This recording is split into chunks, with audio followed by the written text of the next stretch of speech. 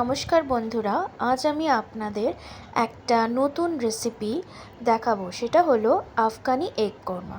চলুন দেখে নিই। আফগানি এগ কোরমা করার জন্য আমি নিয়ে নিয়েছি দুটো ডিম, সেদ্ধ করা ডিম। আর আমি একটু ছুরি দিয়ে সাইডে হালকা করে দাগ দিয়ে দিয়েছি। আর আফগানি এগ কোরমাতে আলু লাগে না, কিন্তু আমার পতিদেব যখন আলু খাবে তাই জন্য সব কিছুতে আলু দিতে হয়। তো আপনারা এই আলুটা স্কিপ করে দেবেন। আমি আলুটাকেও সেদ্ধ করে নিয়েছি ডিমের সাথে। কড়া বসিয়ে আমি কড়াতে 2 টেবিল চামচ তেল নিয়ে নেব।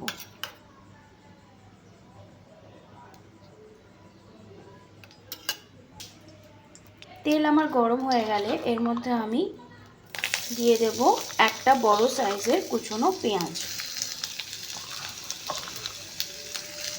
পেঁয়াজটা দিয়ে আমি 2-3 মিনিট এটাকে একটু ভেজে নেব, যাতে পেঁয়াজটা আমার বেশি ফ্রাই যাতে না হয়, সামান্য যাতে ভাজা ভাজা হয়, নরম হয়ে যায় যাতে, সেইভাবে 2-3 মিনিট আমি একটু ভেজে নেব।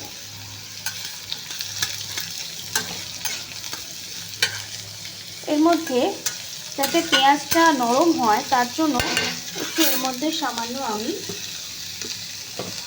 নুন দিয়ে দেব। 2-3 মিনিট পর পেঁয়াজটা আমার লো ফ্লেমে একটু ভাজা ভাজা হয়ে গেলে এর মধ্যে আমি দিয়ে দেব 10-12টা মতো কাজু, আর দেব 6 কোয়া মতো রসুন আর আদা কুচি, আর 2টো কাঁচা লঙ্কা দিয়ে একটু সামান্য কয়েক সেকেন্ডের জন্য নাড়াচাড়া করে নেব।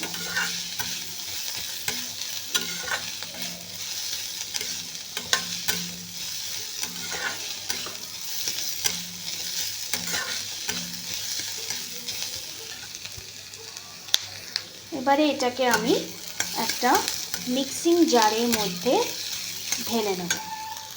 মিক্সিং জারের মধ্যে নিয়ে নেওয়ার পর এর মধ্যে আমি কয়েকটা ধনেপাতা দিয়ে দেব, আর সামান্য জল দিয়ে গ্রাইন্ড করে নেব। গ্রাইন্ড করে আমি একটা স্মুথ পেস্ট তৈরি করে নিলাম। আর ওই কড়াইতে আমি দিয়ে দেব 1 টেবিল চামচ সাদা তেল। এই রান্নাটা পুরো আমার সাদা তেলেই হবে। আর দেব 1 চা চামচ হলুদ, আর 1 চা চামচ কাশ্মীরি লাল মির্চ দিয়ে এর মধ্যে 2টো ডিম আর যে আলু আমি সেদ্ধ করে রেখেছিলাম সেগুলো দিয়ে দেব। আমি ভালো করে সব কিছু দিয়ে ডিম আলু সেদ্ধ দিয়ে ভালো করে একটু নাড়িয়ে নেব। দিয়ে আমি খুব একটা বেশি ভাজা করতে হবে না, দিয়ে আমি এটাকে একটা প্লেটের মধ্যে তুলে রাখবো। একই কড়াইয়ের মধ্যে আমি আরও 2 টেবিল চামচ মতো তেল দিয়ে দেব। দিয়ে এর মধ্যে 2টো দারচিনি, 2টো লবঙ্গ আর 2টো এলাচ দিয়ে কয়েক সেকেন্ডের জন্য একটু ভেজে নেব।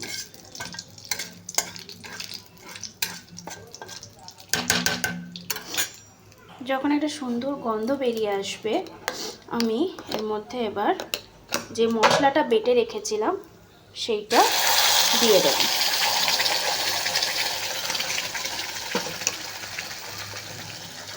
মশলাটা দিয়ে ভালো করে লো টু মিডিয়াম ফ্লেমে একটু কষিয়ে নিতে হবে।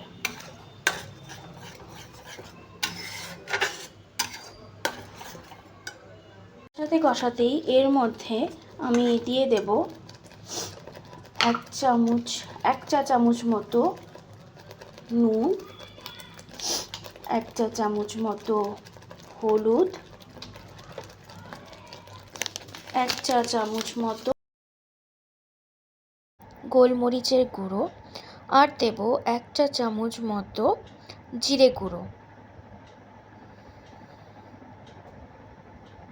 দিয়ে সবগুলো ভালো করে মিক্স করে একটু নাড়িয়ে নেব। এবারে আমি 2 টেবিল চামচ দই ফাটিয়ে নিয়ে এই কড়াইতে যে পেস্টটা আছে ওর মধ্যে দিয়ে দেব, দিয়ে ভালো করে মিক্স করে এই পুরো রান্নাটাই আমার লো ফ্লেমে হবে। ভালো করে মিক্স করব, কষতে দেব।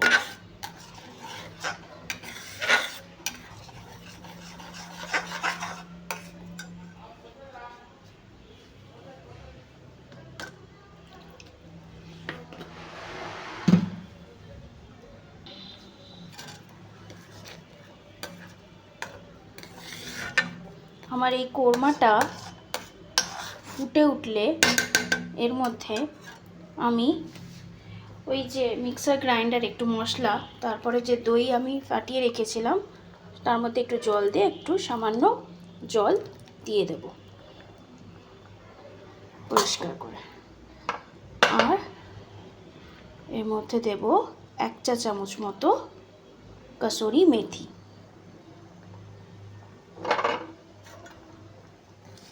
এটাকে আবার আমি লো ফ্লেমে ফুটতে দেব।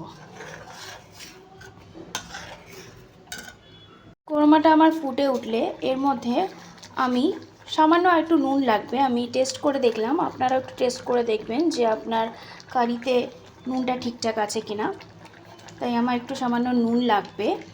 আর আরেকটা জিনিস, এখানে আমি একটু সামান্য চিনি অ্যাড করে দেব, ওই আপনার 2 চা চামচ মতো।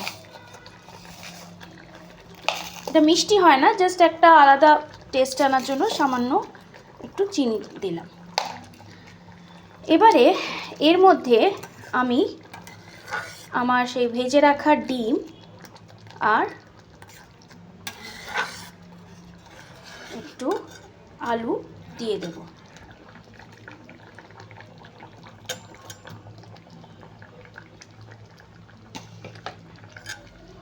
দিয়ে এটাকে আমি ভালো করে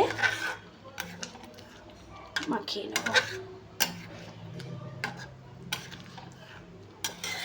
যেহেতু দই দেওয়া আছে এটাকে আমি লো ফ্লেমেই করব, কারণ হাই ফ্লেমে করলে কেটে যেতে পারে।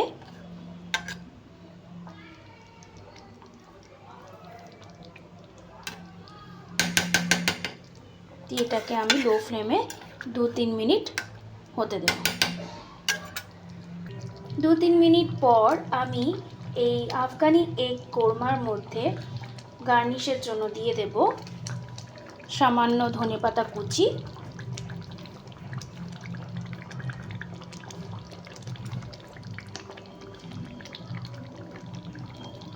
আর একটু গরম মশলা।